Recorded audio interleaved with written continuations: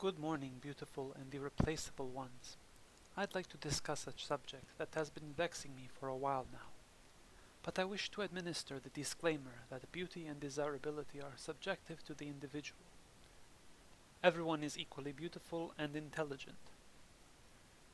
Have you ever been cheated on or felt like you were just a little bit taller, wealthier, or more athletic, that you would have more success with the fairer sex? You aren't alone. A great proportion of the internet, specifically the red pill community, seems to be in accord that women practice a concept called monkey branching when it comes to dating.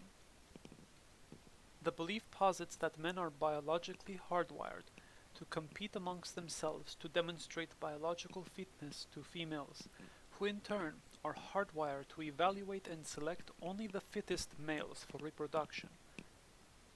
These men are often referred to as alpha males, and they allegedly embody everything a woman might find desirable in a man. Such traits include imposing physical stature, an allegedly dominant air about him, financial wealth and security, high social status, aggression, symmetry, and rugged facial features. Leadership capabilities, intellectual capacity, emotional self-sufficiency, competitiveness, as well as well-honed social skills. Allegedly, over the millennia, these traits have become desirable because they lead to healthy offspring, who will in turn be competitive for reproductive rights, creating a self-perpetuating system in which only the strongest and fittest survive. The consensus of the red pill community seems to be that women will do everything within their power to bear the children of such alpha males, because these men are the only men women find actually attractive. It is commonly believed that women will then find a man who is lacking in competitiveness, aggression, or other indicators of testosterone in order to provide for her and the alpha's offspring, while he has moved on to procreate with another woman. This man is known as a beta, and usually is depicted as possessing an easygoing nature, is emotionally sensitive, is kind, often intelligent in some highly employable skill, and therefore this makes him a financially viable partner in the long term. Often, beta males are depicted as being frustrated over not being desirable to women in the same carnal, direct, visceral and seemingly genuine way that women desire alpha males. This red pill community argues that just as women will immediately seek the attention of alpha males in the short term, women are also constantly performing benefit to risk analysis on the beta males currently caring for them and their offspring, or indeed juggling several of them at once in order to meet her financial needs. Supposedly, women doing this will quickly abandon a beta male for another beta male who is even a little bit wealthier, taller, more muscular, or possessing any even slightly objectively superior traits. This phenomenon has been affixed the nomenclature monkey branching. In response to these fundamental tenets of these interesting red pill philosophies, I'd suggest that subjective, observable experiences can paint a different picture, and that many of these theories are fueled by the author's insecurities, which are probably fueled by very valid personal experiences. For example, it is natural for a man of diminutive proportions to feel the reason the lady of his heart's content has forlorn him for the favors of a taller man. It is equally understandable, then, for a man who is struggling with debt to feel a fly on his hat and say that women only care about money. All this pain and hurt is inevitably understandable, and I sympathize with them and their personal experience. But if we take a step back, is that what we really see? Do you see women dating the most muscular, wealthiest, tallest, objectively best looking, most cerebral of men? I'd suggest not. I am 6 foot 7 inches tall, and I can promise you that my height has not won me any favors with women. I wish not to boast, but I am tall, in decent shape, a college student, and have all my hair and all my teeth. I am not objectively perfect by any means, but on paper, therefore, I should be considered a fine suitor for most women. According to these arguments, finding a spouse who will remain faithful to me should be relatively easy for me. However, I can firmly say that in my experience this is not so. It may shock you to learn that all the women that I have loved, and that I wish well upon, who have been unfaithful to me, have done so with men who were shorter, fatter, thinner in musculature, and poorer. Many of them were homeless, or high school dropouts. Some were balding, many were missing teeth. Make no mistake that I do not believe myself to be the greater of these men. But these experiences, when juxtaposed next to the widely held red-pilled arguments, shows that there is much more at play here than simple monkey branching. In my experiences in school, I have noticed several handsome men who are sharply dressed, with polished shoes, and clean-shaven, tall, in-shape men who would be considered dashing by all accounts. These men, who I have encountered sporadically in my education and that I speak of frequently, participated in class discussions, raised their hands to answer questions, and raised their hands to ask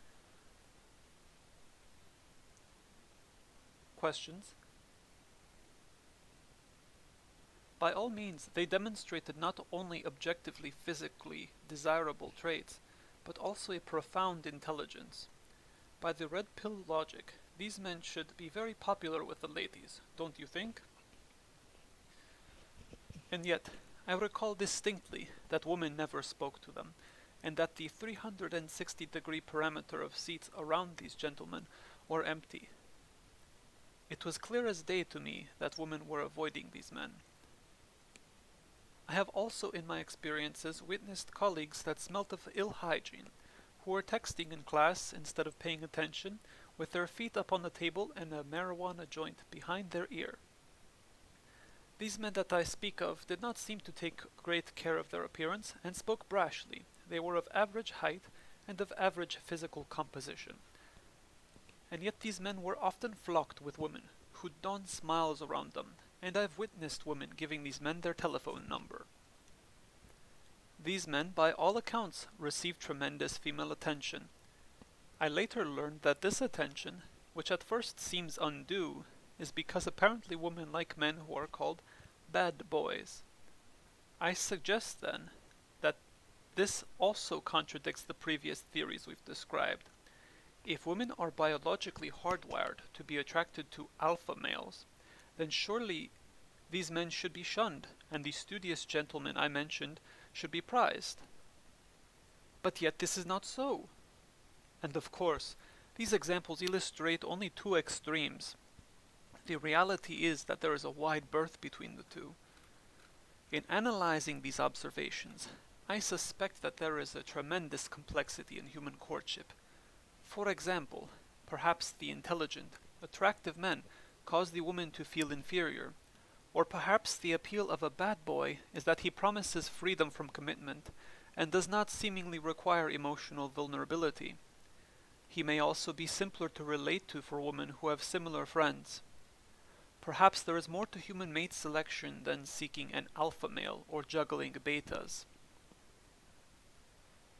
I'd also like to mention that the demonstration of my various learned abilities such as playing an accordion, unicycling, juggling, as well as pursuing foreign languages are all arguably demonstrators of intelligence and are markers of basic good health.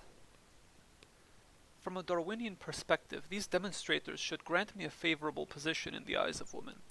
Women have directly explained to me that these demonstrators were the cause of their rejection towards my advances.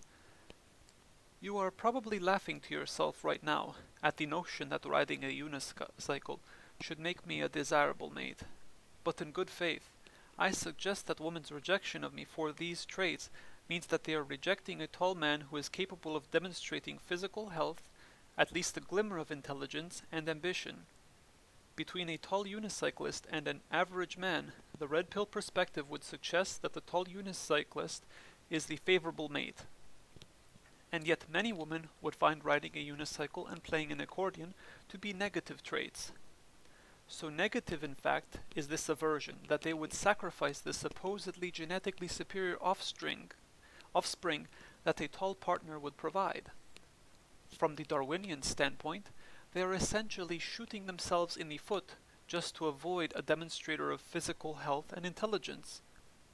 Therefore, I suggest that women will choose a short man over a tall man, and vice versa, when various factors are held to account. Do you disagree with my assertions?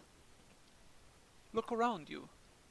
I am not saying that other men are fools compared to you and I, dear single male listeners, but do you see women consistently dating or favoring men who are objectively taller, smarter, wealthier, and better looking than you?